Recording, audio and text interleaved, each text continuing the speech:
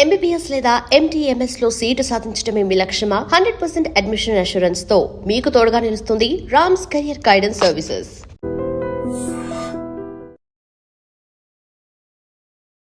నమస్కారం అండి, నేను డాక్టర్ మోవా శ్రీనివాస్ మాట్లాడుతున్నాను. ఇవాళ మనం అంతరించిపోతున్నటువంటి ఒక గొప్ప మన భోజనంలో ఒక భాగమైనటువంటి జొన్నల గురించి మాట్లాడదాం. సో నేను మొదలుపెట్టే ముందు అంతరించిపోతున్నా అని ఎందుకన్నానంటే, జొన్నలు ట్రెడిషనల్గా తెలంగాణలో అని అనుకుంటున్నాం, కానీ ఆంధ్రప్రదేశ్లో, కోస్తా ఆంధ్రలో, అలాగే రాయలసీమలో కూడా చాలా కాలం జొన్నలే తినేవాళ్ళు. మరి రాయలసీమ అట్లాగనే తెలంగాణ అంటే జొన్నలు తింటారండి, ఆంధ్రాలో జొన్నలు ఎక్కడ ఉన్నాయని మీరు అనొచ్చు. శ్రీనాథ కవి సార్వభౌముడి గురించి మీరు చాలామంది స్కూళ్ళల్లో చదివే ఉంటారు. ఆయనది కొంచెం గట్టి కవిత్వంతో ఆయన ఎక్కువ పాపులర్ కాకపోయినా తెలుగు పండితుల్లో చాలామంది అందరూ ఇప్పటికీ కూడా శ్రీనాథుడి కవిత్వం యొక్క అభిమానులే. ఆయన ఒక 400 ఏళ్ల క్రితం వాడు. సో ఆయన అంటాడు, చిన్న చిన్న రాళ్ళు చిల్లర దేవుళ్ళు, నాగులేటి నీళ్లు నాపరాళ్ళు, సజ్జ జొన్న కూళ్ళు, సర్పంబులను తేళ్ళు, పల్లనాటి సీమ పల్లెటూళ్ళు. పలనాటి సీమ పలనాడు అంటే ప్రస్తుతం గుంటూరు ప్రకాశం కోస్తాంధ్రే కదా. కోస్తాంధ్రలో ఏమన్నాడు, దాన్ని అతను వర్ణిస్తూ సజ్జ జొన్న కూళ్ళు, సర్పంబులు తేళ్ళు, ఆ రోజుల్లో పాములు చేళ్ళు ఎక్కువ ఉండేవి, పలనాటి సీమ పల్లెటూళ్ళు అన్నాడు. ఈ రోజుకి నేషనల్ ఇన్స్టిట్యూట్ ఆఫ్ న్యూట్రిషన్ వాళ్ళు ఇచ్చినటువంటి బెస్ట్ డైట్ ప్రాక్టీసెస్లో టేబుల్ నెంబర్ 6 అనేటటువంటిది మీకు ఇంటర్నెట్లో దొరుకుతుంది. అన్నిటికంటే లోయెస్ట్ క్యాలరీస్ సజ్జలు, బాజ్రా. తర్వాత పొజిషన్లో ఉంది జొన్నలు. శ్రీనాథ కవి సార్ముడు ఎప్పుడు చెప్పాడు? 400 ఏళ్ల క్రితం చెప్పాడు. సజ్జ జొన్న కూళ్ళు, సర్పంబులను తేళ్ళు. సో ఈరోజు మనం జొన్న రొట్టెల గురించి మాట్లాడదు. సజ్జలు అట్లే పూర్తిగా డిసపేర్ అయిపోయాయి. సజ్జలు చెప్పాను కదా, రైస్ కంటే లోయెస్ట్ క్యాలరీస్ ఉన్నటువంటిది సజ్జలు. On par with almost quinoa is the best. Of course quinoa అయినా సజ్జలు ఇంకా చీపర్, కీన్వా అయితే కొంచెం కాస్ట్లీ. కమింగ్ బ్యాక్ టు జొన్నలు, ఇవాళ మన జొన్నల గురించి మాట్లాడదాం. తెలంగాణలో ఈ రోజు కూడా జొన్న రొట్టెలు లేకపోతే జొన్న గటక అంటారు, ఇవి తినడం అనేది ఇప్పటికీ పరిపాటి. పల్లెటూళ్ళల్లో నేను వారానికి ఒకసారి పల్లెటూళ్ళకి వెళ్తుంటాను నా పేషెంట్లు చూడటానికి. సో దానిలో చూస్తుంటా, అక్కడ జొన్న రొట్టెలు దొరుకుతాయి కానీ హైదరాబాద్లో దొరకవు. హైదరాబాద్లో, తెలంగాణలో పల్లెటూళ్ళ నుంచి హైదరాబాద్కి వచ్చే వాళ్ళ తిండి తిప్పలన్నీ మారిపోయాయి. ఇక్కడ వచ్చి అన్నం తినడం మొదలెట్టారు. ఆంధ్ర వెళ్తే పూర్తిగా అంతరించిపోయింది. ఆంధ్రలో అసలు 3 పూట్ల రైస్ తినడం తప్ప ఆయన అన్నట్టుగా సజ్జలు జొన్నలు పూర్తిగా అంతరించిపోయాయి. సజ్జల జొన్న దొరకడం కూడా కష్టమే. రాయలసీమలో కొంతవరకు ఇంకా రాగులు, అలాగే సజ్జలు జొన్నలు రాయలసీమ కూడా తింటున్నారు. అంటే రియల్ పల్లెటూళ్ళల్లో ఏదైతే ఉందో వాళ్ళ తినేటటువంటి తిండి ఈ రోజుకి అన్నిటికంటే క్యాలరీస్ తక్కువ ఉన్నది కాబట్టి పల్లెటూళ్ళల్లో వాళ్ళు ఇంకా ఆరోగ్యవంతంగా ఉంటున్నారు. ఇన్ఫ్యాక్ట్ 2 రోజుల క్రితం నేను ఒక హై బీపీ మీద కాన్ఫరెన్స్లో మాట్లాడాల్సి వచ్చింది. దాని గురించి భారతదేశంలో స్టాటిస్టిక్స్ తీయగా భారతదేశంలో 3 వంతుల మంది బీపీ వ్యాధిగ్రస్తులు. వాళ్ళలో 30% పల్లెటూళ్ళలో ఉంటే 40-45% మంది సిటీల్లో ఉన్న వాళ్ళకి హై బీపీ ఉంది. సో ఈ తిండి మారటం వల్ల కాదా, స్ట్రెస్ మారటం వల్ల కాదా? ఇప్పుడు పల్లెటూళ్ళల్లో వాళ్ళకి ఉన్న అలవాట్లలో తిండి తీసేస్తే సిగరెట్లు, బీడీలు ఇట్లాంటి వాళ్ళు తాగుతారు. ఇక్కడ వీళ్ళు తాగుతున్నారు. వాళ్ళ చుట్టాలు బీడీలు తాగితే వీళ్ళు సిగరెట్లు తాగుతున్నారు. ఆల్కహాల్ వాళ్ళు తాగుతున్నారు, వాళ్ళు కళ్ళు సారా తాగితే వీళ్ళు కాస్ట్లీ ఆల్కహాల్ తాగుతున్నారు. మిగిలింది ఏంటి? తిండి మాత్రమే. సో ఆ తిండి పల్లెటూళ్ళల్లో ఈ రోజుకి కొంతవరకు ప్రిజర్వ్డ్ అయి ఉండడం వల్ల వాళ్ళు ఆరోగ్యవంతంగా ఉండగలుగుతున్నారు. ఈ స్ట్రెస్ అనండి, ఇవ్వండి అవి మైండ్కి సంబంధించినవి. స్ట్రెస్ ఉన్నవాడు పల్లెటూరులోని స్ట్రెస్గానే ఉంటాడు, సిటీలోని స్ట్రెస్గానే ఉంటాడు. స్ట్రెస్ గురించి కాదు, తిండి. సో ఆ తిండి మార్పిడి వలన ఈ సిటీల్లో, టౌన్స్లో ఎక్కువ వ్యాయామం కూడా లేకుండా బొజ్జలు పెరగడం, దాని నుంచి షుగర్లు, బీపీలు, హార్ట్ డిసీజెస్, కొలెస్ట్రాల్స్, రకరకాల. Coming back to the point, జొన్నలు. సో ఈ జొన్నలు అనేవి యాక్చువల్గా ఇప్పుడు హిస్టరీ కొంచెం ఇంకొక మొక్క అంటే ఆ తర్వాత హిస్టరీ ఆపేద్దాం. 3000 సంవత్సరాల క్రితం ఆఫ్రికా ఖండం నుంచి మన భారతదేశానికి వచ్చింది. 3000 సంవత్సరాల క్రితం ఆఫ్రికా ఖండంలో ఇథియోపియాలో ఉండేది. 1500 సంవత్సరాల క్రితము ఈ ట్రేడ్ రూట్స్లో వ్యాపారం ఎవరు చేసే వాళ్ళు ఉంటారు సరే, వాళ్ళు భారతదేశాన్ని తీసుకొచ్చారు. ఆల్మోస్ట్ ఆఫ్రికా ఖండాన్ని అయితే 3000 సంవత్సరాల నుంచి క్షామ నుంచి కాపాడుతున్నటువంటి అతి గొప్ప ఈ జొన్నల యొక్క మొక్క. ఎందుకు? ఎక్కువ నీళ్ళు అక్కర్లేదు, ఎడారిలో కూడా పండగలదు, అక్కడ వర్షాలు లేకపోయినా పండగలదు, ఎక్కువ కాలం నిల ఉండగలదు. ఒట్టి జొన్నలు అయితే సంవత్సరం దాకా నిల్వ ఉంటాయట. కోర్స్ ఇది ఇప్పుడు నేను కూడా అన్నం తిని పెరిగిన వాడిని చిన్నప్పటి నుంచి. సో జొన్నలు ఇవన్నీ ఇప్పుడు తింటున్నాం తప్ప అంతకుముందు జొన్నల గురించి నాకు తెలియదు. ఇకపోతే అది ఎంతో ఫైబర్ ఎక్కువ ఉన్నటువంటి అది ఒక గింజ. సో ప్రోటీన్ ఎక్కువ ఉన్నటువంటి గింజ, బి కాంప్లెక్స్ ఎక్కువ ఉన్నటువంటి గింజ. ప్రతి 2-3 ఆడవాళ్ళలో ఒకళ్ళు వచ్చి నోట్లో నాకు పుండ్లు వస్తున్నాయని చెప్తారు. దానికి కావాల్సిన ఏంటి? Vitamin B1, vitamin B6. B1, B6 పుష్కలంగా ఉన్నటువంటి గింజ ఏదైతే ఉంటే అది జొన్న. ఇంకొకటి ఒక ఫ్యాషన్ అంటే మనం డెరగేటర్గా మాట్లాడకూడదు, కానీ కొంతమందికి అన్నం కానీ ఇట్లాంటివి తిన్నట్లయితే, ఎస్పెషల్లీ గోధుమలు తిన్నట్లయితే కొంతమందికి అన్నం తిన్నా కూడా విరోచనాలు వస్తాయి. దాన్ని గ్లూటెన్ ఇంటాలరెన్స్ అంటారు. ఈ మన తినే తిండి పదార్థాల్లో గ్లూటెన్ అనేటటువంటి ఒక పదార్థం ఉంటుంది. అది తినగానే అది అరిగించుకోలేరు పేగుల్లో. కొంతవరకు వంశపారపర్యంగా వస్తుంది.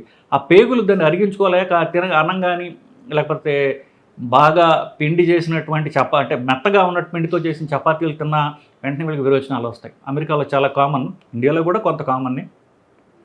సో ఈ గ్లూటెన్ అనేటటువంటి వాటికి ఎవరికైతే ఎలర్జీ ఉందో వాళ్ళకి అద్భుతమైన తిండి ఏంటంటే ఈ జొన్నలు. ఎందుకంటే దీనిలో గ్లూటెన్ రహిత గింజ అంటే అది జొన్న. సో ఇన్ని సుగుణాలు ఉన్నటువంటి గింజ ఒకటి. రైస్ కంటే క్యాలరీస్లో 60% తక్కువ క్యాలరీస్ ఉంటాయి దీంట్లో. ఇంకోలాగా చెప్పాలంటే రైస్తో వచ్చేటటువంటి షుగర్ హైక్ కంటే 60% తక్కువ షుగర్ పెరిగే గుణం ఉన్నటువంటిది. ఎందువల్ల? దీనిలో ఉన్నటువంటి ఫైబర్ వల్ల, నేను చెప్పినటువంటి మిగతా ఉన్నటువంటి పోషకాహారాల వల్ల, ముఖ్యంగా ఫైబర్ వల్ల దీనిలో కొంతవరకు రైస్లో కంటే తక్కువగా క్యాలరీస్ ఉన్నా అది రక్తంలోకి వెళ్ళడానికి చాలా టైం పడుతుంది. సో సడన్గా షుగర్ పెరిగిపోవటాలు, అన్నం తినంగానే షుగర్ పెరిగిపోవటాలు ఇవి జొన్నలతో బాగా తక్కువగా ఉంటాయి. సో బరువు తగ్గడం ద్వారా కొలెస్ట్రాల్, షుగరు తగ్గించుకుందాం అని ఇప్పుడు ఇంజక్షన్లు తీసుకుంటున్నారు చూసారా, వీళ్ళందరికీ కూడా అతి అద్భుతమైనటువంటి తిండి జొన్న రొట్టెలు లేదా జొన్న గటక. జొన్నలతో చేయబడినటువంటిది ఏదన్నా సరే, జొన్నలతో సలాడ్ చేసుకోవచ్చు. సలాడ్లో జొన్నలు స్ప్రింకిల్ చేస్తున్నారు ఇప్పుడు హోటల్లో. నేను ఈ మధ్యన ఒక పెద్ద హోటల్లో వెళ్ళి సలాడ్ ఆర్డర్ చేస్తే దాంట్లో కొన్ని చిలకరించి ఉన్నాయి ఉడకబెట్టినవి. ఇవేంటాయంటే జొన్నలు అని చెప్పాడు, పర్ల్ మిల్లెట్ అని చెప్పాడు. ఇది వండడం అనేటువంటిది అందరికీ అలవాటు లేనటువంటిది. ఎందుకంటే చెప్పాక కల్చర్లో మన కొత్త ఆడపిల్లలకి వంట చేయడం నేర్పే భాగంలో కోర్స్ వాళ్ళు నేర్చుకోవట్లేదు, అంతా ఆన్లైన్ అయిపోయింది. కానీ మన ఇళ్లలో మనం చేసుకోవడం మానేసాం. గత 100 ఏళ్ళుగా కనీసం ఈ అంతా రేసుకు వచ్చేసారు కాబట్టి అంతరించిపోయేటటువంటి తిండి. చెప్పినట్టుగా కొన్ని పల్లెటూళ్ళలో మాత్రం ఇప్పటికీ తింటున్నారు. తెలంగాణ పల్లెటూళ్ళు తింటున్నారు ఇంకా అది. సో వాళ్ళు నేర్చుకున్నా ఈ తల్లులు నేర్పట్లేందుకు సిటీలకు చిన్నప్పుడు వచ్చేస్తున్నారు కాబట్టి. కానీ కనీసం ఇంటర్నెట్లో చూసి నేర్చుకున్నట్లయితే ఇది వండడం అనేది కొంత ప్రక్రియ. కొన్ని నీళ్ళు కొంచెం ఎక్కువ పోయాలంటారు రైస్, నాకు తెలియదు. ఇక్కడ చూసి వీళ్ళని అడిగి చూసి లేకపోతే ఇంటర్నెట్ చదివి చెప్తున్నాను. సో రైస్ కంటే ఒక 2 ఇంతలు ఎక్కువ నీళ్లు దీంట్లో వేయాలంటారు. ఓవర్ నైట్ దీన్ని నానబెట్టాలంటారు. సో ఇలాగ మొత్తాన్ని కష్టాలు పడి చేసుకున్నట్లయితే మాత్రము ఇది ఎంతో పోషకాహారం ఉన్నటువంటి తిండి. సో చివరికి రాగా నేను చెప్పేది ఏంటంటే, బరువు తగ్గాలనుకున్న వాళ్ళు ట్యాబ్లెట్లు లేకుండా కానీ లేకపోతే ట్యాబ్లెట్లు వేసుకున్నా కూడా ట్యాబ్లెట్లకి ఆధారపడకుండా షుగర్ తగ్గించుకోవాలి, బరువు తగ్గించుకోవాలి, లేక బీపీ తగ్గాలి, కొలెస్ట్రాల్ తగ్గాలి అనుకునే అందరికీ కూడా జొన్న రొట్టెలు అనేది పరమ ఔషధము. కాబట్టి దయచేసి మీ భార్యలకి జొన్న రొట్టెలు చేయించడం ఎట్లా కనీసం యూట్యూబ్ వీడియోలు చూసైనా నేర్చుకుని మీకు వండమని చెప్పండి. బరువు తగ్గండి, ఆరోగ్యంగా ఉండండి. ఆల్రెడీ షుగర్ వ్యాధి, మధుమేహ వ్యాధి ఎవరికైతే ఉంటుందో వాళ్ళకి కొంతమందికి ఎక్కువ శాతం, కనీసం 50-60% మందికి స్టెంట్లు, బైపాస్లు ఆల్రెడీ అవి ఉండే అవకాశం ఉంది. వీళ్ళు ఈ ప్రొసీజర్ అయిపోయిన తర్వాత వాళ్ళు తీసుకోవాల్సినటువంటి జాగ్రత్తలు ఏమిటి అనేటటువంటిది మనం ఒక 5 నిమిషాలు డిస్కస్ చేద్దాం. అసలు ఈ స్టెంట్కు, బైపాస్కో ముందు ఏముంటుంది? గుండెలో బ్లాక్ కనీసం 10 ఏళ్ల నుంచి ఉంటుంది. అది మెల్లగా పెరిగి 70% దాటితే అప్పుడు వీళ్ళకి గుండెకి సంబంధించినటువంటి లక్షణాలు తెలుస్తాయి. వాళ్ళకి తెలిసినప్పుడు దాన్ని ఈసీజీలోనో ఈకోలోనో చేసి మొత్తానికి యాంజియోగ్రామ్ చేసి బ్లాక్ ఉందని దానికి ఏం చేయాలో స్టెంట్ కానీ బైపాస్ కానీ చేస్తారు. బైపాస్ అంటే ఆపరేషన్. ఈ బ్లాక్ కదా, బ్లాక్ వల్ల వాళ్ళకి ప్రొసీజర్ అవసరం వచ్చింది. బ్లాక్ ప్రధానం. సో ఆ బ్లాక్ తీసేయడానికి రకరకాల ప్రొసీజర్లు చేశారు. ఈ బ్లాకు ఒకటి రక్తనాళాల్లో ఉండేది. బ్లాక్ అంటే పేరుకొని పోయినటువంటి కొవ్వు, కొలెస్ట్రాల్. సో పేరుకొని పోయినటువంటి కొలెస్ట్రాల్ ఒకటి, సడన్గా అటాక్ అంటారు చూసారా, అటాక్ అంటే ఏమవుతుందంటే ఈ కొలెస్ట్రాల్ పైన రక్తం గడ్డ కూర్చుంటుందన్నమాట. సో ఈ రక్తం గడ్డ సడన్గా వస్తుంది కాబట్టి దాన్ని అటాక్ అంటారు. సడన్గా నొప్పి వస్తుంది వాళ్ళకి. అప్పుడు దాకా సంవత్సరాల తరబడి కొలెస్ట్రాల్ పేరుకుని పోయినా సడన్గా వచ్చేదాన్ని రక్తం గడ్డ వల్ల వస్తుంది అది. సో 2 కాంపోనెంట్స్ ఉన్నాయి కదా, ఒకటి కొలెస్ట్రాల్, రక్తం గడ్డ. దీనివల్లనే బ్లాక్ వచ్చింది. బ్లాక్కి వాళ్ళు క్లీన్ చేశారు, బైపాస్ ద్వారా, ఆపరేషన్ ద్వారా కానీ స్టెంట్ వేయడం ద్వారా క్లీన్ చేసేస్తారు కదా. తిరిగి దాంట్లో బ్లాక్ రాకుండా ఉండడానికి ఈ రెండింటిని తగ్గించుకోవాలి. కొలెస్ట్రాలు అలాగే రక్తం గడ్డ తగ్గేటటువంటి మందులు తప్పనిసరిగా వేసుకోవాలి. మీరు తిండి ద్వారా, ఎక్సర్సైజ్ ద్వారా, తర్వాత ముందు ఇది మళ్ళీ రాకూడదు, ఎట్టి పరిస్థితుల్లో రాకూడదు అంటే మందులు తప్పనిసరిగా వేసుకోవాలి. ఎందుకు? మనం రిస్క్ తీసుకోకూడదు కాబట్టి. నేను ఎక్సర్సైజ్ చేస్తా, డైట్లు చేస్తా, అన్నీ చేసుకోండి, కానీ రిస్క్ తీసుకోవద్దు. అందువల్లే వీటిని ఈ రక్తం పలచబడేటటువంటి ట్యాబ్లెట్లు, కొలెస్ట్రాల్ తగ్గే ట్యాబ్లెట్లు, మామూలుగా ఈ 2 కూడా కలిపి, ఈ మందులు కలిపి ఒకే ట్యాబ్లెట్లో వస్తాయి. సో ఒకే ట్యాబ్లెట్ గోలియో ఏం పేరు పెడితే అది మాత్రం ఇది వేసుకున్నట్లయితే 2 పనులు జరుగుతాయి. ఇది సో ఒక హార్ట్ అటాక్ తర్వాత కానీ, ఒక స్టెంట్ తర్వాత కానీ, బైపాస్ ఆపరేషన్ తర్వాత కానీ సంవత్సరం పాటు తప్పనిసరిగా 2 రక్తం పలచబడే ట్యాబ్లెట్లు, అలాగే ఒక కొలెస్ట్రాల్ ట్యాబ్లెట్, ఈ 3 కలిపి ఉన్నటువంటి మందులు కలిపి ఉన్నటువంటి ట్యాబ్లెట్ వస్తుంది. విడివిడిగా సరే ఈ 3 సంవత్సరం పాటు తప్పనిసరిగా వేసుకోవాలి. సంవత్సరం తర్వాత ఒక రక్తం పలచబడే ట్యాబ్లెట్, ఒక కొలెస్ట్రాల్ ట్యాబ్లెట్ జీవితాంతం వేసుకోవాలి. మీరు డైట్లో ఎక్సర్సైజ్ చేసుకోండి, కానీ నేను రిస్క్ ఎందుకు రిస్క్ అంటే ఏం రిస్క్? ప్రాణాపాయం, హార్ట్ అటాక్ రావచ్చు కదా, సో పక్షవాతం కూడా రావచ్చు కదా, రక్తనాళాలకు సంబంధించినటువంటిది. సో ఇది మళ్ళీ నాకు రాకూడదు అనుకుని మనం గట్టిగా అనుకున్నాం కాబట్టి ఏ మాత్రము ఛాన్స్ తీసుకోకుండా ఉండడానికి ఇది జీవితాంతం ఒక రక్తం పలచబడే ట్యాబ్లెట్, కొలెస్ట్రాల్ ట్యాబ్లెట్ వేసుకోవాలి. సరే వేసుకుంటున్నానయ్యా, మరి ఏం చేయాలి నెక్స్ట్? మనం వేసుకుని మాత్రం సరిపోతుందా లేదా అనేటటువంటి దాని గురించి ప్రతి 3 నెలలకి కొలెస్ట్రాల్ పరీక్ష చేసుకోవాలి. రక్తం పలచబడటానికి పరీక్ష ఉండదు, అది మనం ఏం చేయలేం. అన్లెస్ మనకి చిగుళ్ళలోనో, లెట్రిన్లోనో రక్తం పోతే, ఆడవాళ్ళకైతే మెన్సెస్లోనో రక్తస్రావం జరిగితే రక్తం పోతే తప్ప అది పెద్ద ప్రాబ్లం కాదు. లేదా ట్యాబ్లెట్ల వల్ల కడుపులో పుండు వస్తే అది వేరే విషయం.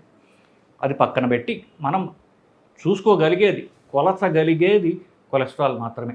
సో ఈ కొలెస్ట్రాల్ ప్రతి 3 నెలలకి చూసుకుని బ్యాడ్ కొలెస్ట్రాల్ అయినటువంటి LDL 55 కంటే పెరగకుండా ఉండేటట్టుగా మందులు అడ్జస్ట్ చేసుకుని ఆ మందులు జీవితాంతం వేసుకుంటూ LDL 55 కనుక ఉండగలిగితే మీకు మరలా హార్ట్ అటాక్ వచ్చే రిస్క్, మరలా స్టెంట్లో బ్లాక్ కానీ, బైపాస్ గ్రాఫ్ట్ కానీ బ్లాక్ అయ్యే రిస్క్ బాగా తగ్గిపోతుందని మనకి స్టడీస్ చెప్తున్నాయి. ఇలాగ ఎప్పుడు వేసుకుంటే మీరు కాపాడబడతారు. నా దగ్గరికి వచ్చేటటువంటి ప్రతి హార్ట్ పేషెంట్ ఒకటే చెప్తా, ఈ ట్యాబ్లెట్ మీరు కానీ, నేను మీకు కానీ, డాక్టర్ మీకు కానీ వేసిన శిక్ష కాదు, ఈ జీవితాంతం మింగాలరా నాయన అని అనుకోకండి. ఎందువల్ల? ఇది మీకు జీవితాంతం ఇవ్వబడినటువంటి రక్ష. సో ఇది మళ్ళా హార్ట్ అటాక్ నుంచి, మళ్ళా పక్షవాతం నుంచి, మళ్ళా స్టెంట్ నుంచో, బైపాస్ నుంచో మిమ్మల్ని కాపాడేటటువంటి రక్ష, అద్భుతమైన రక్ష. ఎందుకు? మీకు ఏదైనా ప్రాణాపాయం నుంచి కాపాడుతుంది, పక్షవాతం నుంచి కాపాడుతుంటే అది ఎంత మేలు చేస్తుంది మనకి. దాని ఒక పనిష్మెంట్గా చూడకూడదు. అది మనకిచ్చే, మనం తెలివిగా మళ్ళీ రాకుండా ఉండడానికి తీసుకునేటటువంటి health insurance policy. So health insurance policy ఎవరు తీసుకుంటారు? జాగ్రత్త పరులు తీసుకుంటారు, తెలివైన వాళ్ళు తీసుకుంటారు. సో మనం ఆ కేటగిరీలో ఉన్నాము అని అనుకోవాలి తప్ప ఈ శిక్ష వేశాడు, ఈ మందులు ఏంటి, నాకు జీవితాంతం ఇది ఒక చంపు తింటున్నాడు ఈ డాక్టర్ అని మాత్రం అనుకుంటే జీవితాంతం ఇలా తిట్టుకుంటూ బతకాలి తప్ప యాటిట్యూడ్ మార్పు అంతే. సో ఇదేంటి, ఇది మిమ్మల్ని ప్రొటెక్ట్ చేస్తోందని తెలుసుకోవాలని చెప్తున్నాను బేసికలీ.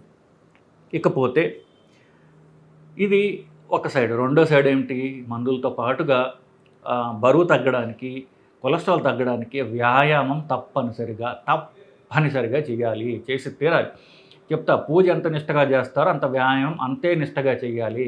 ఎండాకాలం ఏమో ఎండ ఎక్కువ ఉందని, వర్షాకాలం పొద్దున వర్షం పడింది, చలికాలం చలిగా ఉందని, ఇక ప్రతిరోజు ఏదో ఒక వంకతో ఎక్సర్సైజ్ అనేది ఎగ్గగొట్టకుండా ఏమున్నా సరే, ఇంట్లో పబ్బం ఉన్నా, పెళ్ళి ఉన్నా, ఇంకో ఏమున్నా సరే కూడా మీరు చేసే పూజ ఎట్టాగు మానరు. ఆ పూజ ఏంటి? నడక. ఇది చేసినట్లయితే ఖచ్చితంగా మీ గుండె బలం పెరుగుతుంది. గుండె బలం పెంచే మందులు లేవు, గుండె బలం పెంచేది మీ ఎక్సర్సైజ్ మాత్రమే. సో దాంట్లో కూడా ముఖ్యంగా వాకింగ్, జాగింగ్, ట్రెడ్మిల్ ఇట్లాంటివి చేసినట్లయితే గుండె బలం పెరుగుతుంది. దాన్ని కార్డియో అంటారు, ఏరోబిక్ అంటారు. దాని పేరులోనే కార్డియో అని చెప్తున్నాను. అంటే గుండె బలం పెంచేది. గుండె ఆల్రెడీ హార్ట్ అటాక్ వచ్చిన వాళ్ళు తప్పనిసరిగా రన్నింగ్, జాగింగ్ అనేటువంటిది కనీసం వారానికి 3-4 రోజులైనా చేయాలి. మిగతా 2-3 రోజులు కొంచెం వెయిట్ ట్రైనింగ్ చేసుకుంటే మీ క్వాలిటీ ఆఫ్ లైఫ్ మెయింటైన్ అవుతుంది. ముఖ్యంగా మీకు కావాల్సింది గుండె గురించి కాబట్టి, ఒకసారి హార్ట్ అటాక్ అంటూ వచ్చింది కాబట్టి తప్పనిసరిగా రన్నింగ్, జాగింగ్ అనేది కనీసం వారానికి 3-4 రోజులు మీరు చేసి తీరాల్సిందే. దీనిలో ఎట్టి అనుమానము లేదు. మిమ్మల్ని మీరు కాపాడుకోవడానికి చేసే ప్రధానమైనటువంటి మందులు వేసుకోవడం, రెండోది ఎక్సర్సైజ్. ఈ 2 చేసినట్లయితే మళ్ళీ హార్ట్ అటాక్ రాదు, మళ్ళీ డాక్టర్ జోలికి పోవాల్సినటువంటి అవసరం మీకు ఉండదు. లాస్ట్గా ఒక్క మాట చెప్తా. ప్రస్తుతం ఉన్నటువంటి టెక్నాలజీతో, లేటెస్ట్గా చేసిన టెక్నాలజీతో అయినా సరే కాలి రక్తనాళాలు, కాలిలో ఉన్నటువంటి సిరలు, వీన్స్ తీసి గుండెకి అటాక్ చేస్తారు. దాన్ని వీనస్ గ్రాఫ్ట్ అంటారు. ఈ వీనస్ గ్రాఫ్ట్ యొక్క లైఫ్ ఏదైతే ఉందో అది 8 నుంచి 10 సంవత్సరాలు మాత్రమే. ఇప్పటికీ కూడా 95% ఆపరేషన్లు కాలి నుంచి తీసినటువంటి వీన్ గుండెకు వేస్తున్నారు. అది మీరు ఎన్ని జాగ్రత్తలు తీసుకున్నా అది నార్మల్ గుండెకు ఉన్నటువంటి ఆర్టరీ కాదు కాబట్టి అది వీన్, సిరలు గుండె నుంచి కాలి నుంచి తీసి గుండెకు వేస్తున్నారు కాబట్టి దాని జనరల్ లైఫ్ 8 నుంచి 10 ఏళ్ళు. కాబట్టి ఒక 10 ఏళ్ళు అయితే మీ బైపాస్ ఆపరేషన్ అయ్యి దానికి సిటీ యాంజియోగ్రామ్ అనేటటువంటిది, యాంజియోగ్రామే సిటీ స్కాన్ ద్వారా యాంజియోగ్రామ్ చేసుకోవటం అనేది ప్రతి 10 సంవత్సరాలకి తప్పనిసరి. మీకు ఒకవేళ బైపాస్ అయినట్లయితే 10 సంవత్సరాలకు ఒకసారి, 8 నుంచి 10 సంవత్సరాలు, 8 to 10 ఇయర్స్ దాని లైఫ్. కాబట్టి యావరేజ్ 9 ఇయర్స్ వేసుకోండి. బట్ 8 సంవత్సరాలు అయితే ఇంకా మంచిది. ప్రతి 8 సంవత్సరాలకి తప్పనిసరిగా సిటీ యాంజియోగ్రామ్ అని చేసుకోవడం ద్వారా అవి బ్లాక్ అయ్యాయా లేదా, బ్లాక్ ఖచ్చితంగా వస్తుంది. అది తీవ్రమైన బ్లాక్కా, మైల్డ్ బ్లాక్కా అని చూసుకోవడం అనేది అవసరం. మైల్డ్ బ్లాక్ అయితే మందులు సరిపోతాయి. తీవ్రమైన బ్లాక్ అయితే దానికి మళ్ళీ స్టంట్ వేసుకోవచ్చు, బ్లాక్ క్లీన్ చేసుకోవచ్చు. మళ్ళీ బైపాస్కి వెళ్ళాల్సినటువంటి అవసరం జనరల్గా ఉండదు. సో ఇదండి, షుగర్ ఉన్న వాళ్ళకి స్టంట్ కానీ బైపాస్ కానీ అయిన తర్వాత తెలుసుకోవాల్సిన విషయాలు, తీసుకోవాల్సిన జాగ్రత్తల గురించి ఇవాళ మనం మాట్లాడుకున్నాం. ఇది మీకు ఉపయోగపడిందని, భయపడకుండా జాగ్రత్త పడతారని నేను ఆశిస్తున్నానండి. నమస్కారం.